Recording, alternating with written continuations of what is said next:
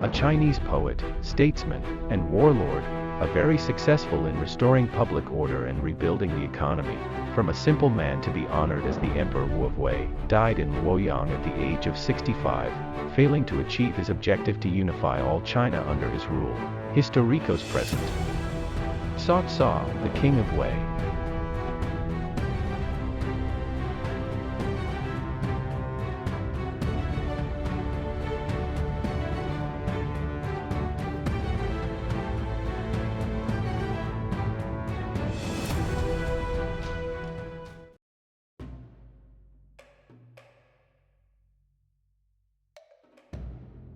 Cao Cao was born in the county of Chiao, present-day Bazhu, in 155. His father Cao Song was a foster son of Cao Teng, who in turn was one of the favorite eunuchs of Emperor Huan. Some historical records claim that Cao Song was originally surnamed Zaihe, thus making Cao Cao a cousin of Zaihe Dun and Zaihe Yuan, two of his most prominent generals. Cao Cao was a warlord and the penultimate chancellor of the Eastern Han Dynasty who rose to great power during its final years in ancient China. As one of the central figures of the Three Kingdoms period, he laid the foundations for what was to become the Kingdom of Wei and was posthumously titled Emperor Wu of Wei. Although often portrayed as a cruel and merciless tyrant, Cao Cao has also been praised as a brilliant ruler and military genius who treated his officers like his family. Cao Cao wrote a commentary on the art of war by Sun Tzu, and Cao Cao's work became the most cited version. Cao Cao was also skilled in poetry, the martial arts, and wrote many war journals. At age 20, Cao Cao was recommended to be a district captain of Luoyang. Upon taking up the post, Cao Cao placed rows of multicolored staffs outside his office and ordered his deputies to beat those who violated the law, regardless of their status. An uncle of Jian Shuo, one of the most powerful and influential eunuchs under Emperor Ling, was once caught walking in the city beyond the evening curfew hour by Cao Cao and given his fair share of beating.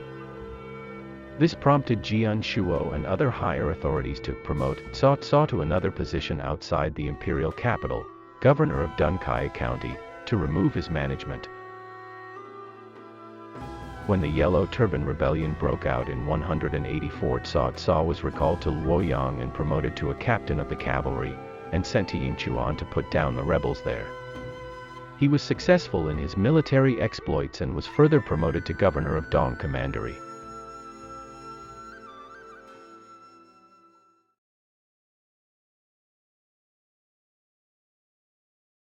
In 189, Emperor Ling died and was succeeded by his eldest son, though it was the Empress Dowager and the eunuchs who held true power. The two most powerful generals of that time, He Jin and Yuan Shao, plotted to eliminate the clan of influential eunuchs. He Jin summoned Dong Zhou, governor of Liangzhou, to lead his army into the capital Luoyang to lay pressure on the Empress Dowager, despite numerous objections on account of Dong Zhou's reputation and personality. Before Dong Zhou arrived, however, He Jin was assassinated by the eunuchs and Luoyang fell into chaos as the supporters of Yuan Shao battled the army of eunuchs. Dong Zhou's elite army, assigned to him due to the importance of his position as safeguard of the border, easily rid the palace grounds of opposition and deposed the emperor, and placed in the throne a puppet Emperor Xian. While Dong Zhou did desire personal power with this opportunity, he did want to restore the Han Dynasty and resolve political conflicts. From a previous encounter, he deemed that Emperor Xian was more capable than the original puppet emperor. After lying to Wang Yun and others about assassinating Dong Zhou, Cao Cao left Luoyang for Shenliu, southeast of present-day Kaifeng, Henan, Cao Cao's hometown, where he raised his own troops. The next year, regional warlords combined their forces under Yuan Shao against Dong Zhou. Cao Cao joined their cause.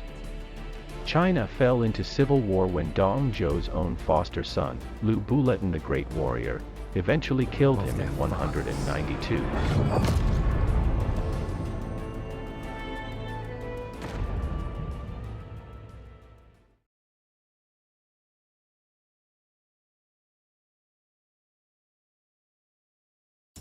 Through short-term and regional-scale wars, Cao Cao continued to expand his power, in 196, Cao Cao found Emperor Xian and convinced him to move the capital to Suchang as per the suggestion from Sun Yu and other advisors, as Luoyang was ruined by war and Chang'an was not under Cao Cao's military control, and he was proclaimed chancellor. Cao Cao was then instated as the Great General and Marquis of Liuping, though both titles had little practical implication. While some viewed the emperor as a puppet under Cao Cao's power, Cao Cao himself adhered to a strict personal rule to not usurp the throne. Later in his life, when he was approached by his advisors to take over the Han Dynasty and start a new rule, he replied, "If heaven bestows such fate on me, let me be the king Wen of Zhou." To maintain a good relationship with Yuan Shao, who had become the most powerful warlord in China when he united the northern four provinces, Cao Cao lobbied to have Yuan Shao named chief advisor. This, however, had the exact opposite effect, as Yuan Shao believed that Cao Cao was trying to humiliate him after having the emperor's support, since chief advisor technically ranked lower than general-in-chief, thus Yuan Shao refused to accept the title. To pacify Yuan Shao, Cao Cao offered his own position, general-in-chief, to Yuan Shao, while taking chief advisor role himself. While this temporarily resolved the conflict, it was nevertheless the catalyst for the Battle of Guanda later.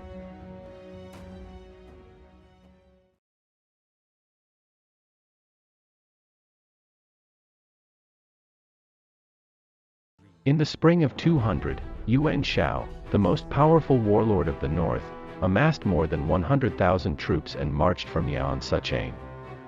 To defend against the invasion, Cao Cao placed 20,000 men at Guandu, a strategic landing point on the shore of the Yellow River which Yuan Shao's troops had to secure en route to Suchang.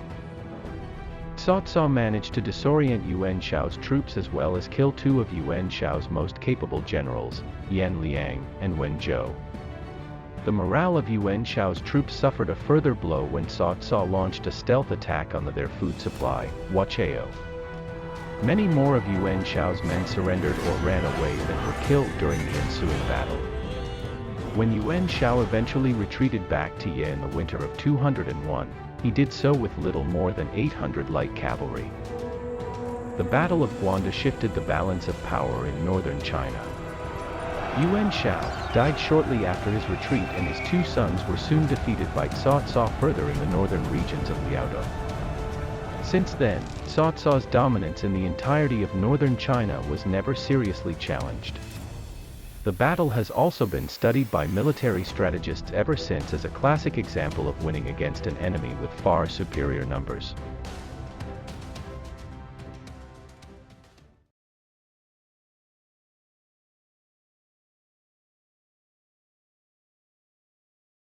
By 203, Cao Cao had eliminated most of Yuan Shao's force.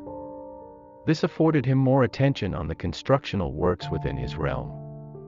In autumn of that year, Cao Cao passed an order decreeing the promotion of education throughout the counties and cities within his jurisdiction. An official in charge of education matters was assigned to each county with at least 500 households. Youngsters with potential and talents were selected to undergo schooling. This prevented a lapse in the output of intellectuals in those warring years and, in Cao Cao's words, would benefit the people. Without food, many armies were defeated even without fighting. From this experience, Cao Cao saw the importance of an ample food supply in building a strong military.